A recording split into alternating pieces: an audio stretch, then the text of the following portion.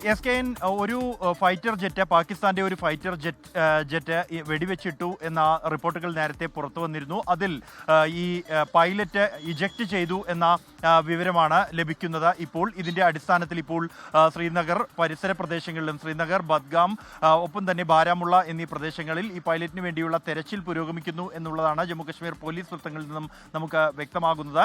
ഈ തെരച്ചിൽ നടപടികൾ ഇപ്പോഴും പുരോഗമിക്കുകയാണ് ഈ മേഖലയിൽ. നേരത്തെ നമ്മൾ ഇതുമായി ബന്ധപ്പെട്ടുള്ള ഈ ഇജക്റ്റ് ചെയ്ത ഈ പ്രദേശം വീണ സ്ഥലവുമായി ബന്ധപ്പെട്ടുള്ള റിപ്പോർട്ടുകൾ നേരത്തെ നൽകിയിരുന്നു. ആ പ്രദേശത്ത് ജനവാസ മേഖലയിൽ നിന്നുള്ള ദൃശ്യങ്ങൾ നമ്മൾ നൽകിയിരുന്നു.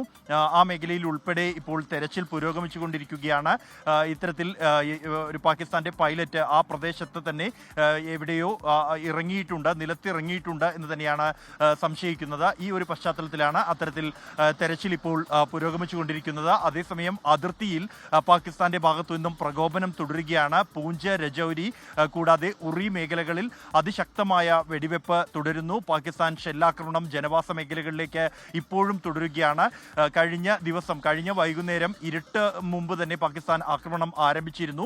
ഇപ്പോൾ നേരം വെളുത്ത ശേഷവും പാകിസ്ഥാന്റെ ആക്രമണം സമാനമായി തന്നെ പുരോഗമിച്ചുകൊണ്ടിരിക്കുകയാണ്. ശക്തമായി തന്നെ ഇതിന് മറുപടി നൽകുന്നുണ്ട് എന്നാണ് ഇന്ത്യൻ സൈന്യം വ്യക്തമാക്കുന്നത്.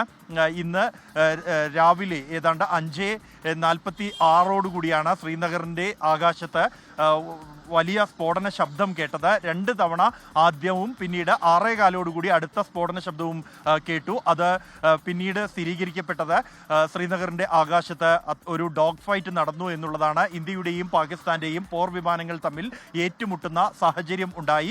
അതിന്റെ തുടർച്ചയായാണ് ഈ വിമാനഭാഗങ്ങൾ, പാകിസ്ഥാന്റെ ഒരു ഫൈറ്റർ ജെറ്റിന്റെ ഒരു പോർ വിമാനത്തിന്റെ ഭാഗങ്ങൾ ശ്രീനഗറിന് സമീപമുള്ള ലസ്ജനിൽ നിന്നും കണ്ടെത്തിയത് എന്നുമാണ് ഇപ്പോൾ പുറത്തു വന്നിരിക്കുന്ന റിപ്പോർട്ടുകൾ. ഇക്കാര്യത്തിലുള്ള ഔദ്യോഗിക സ്ഥിരീകരണം അല്പസമയത്തിനകം തന്നെ ഉണ്ടാകും. ഈ പ്രതിരോധ മന്ത്രാലയവുമായി ബന്ധപ്പെട്ട വൃത്തങ്ങൾ ഇക്കാര്യം സ്ഥിരീകരിക്കുന്നുണ്ട്. SKN.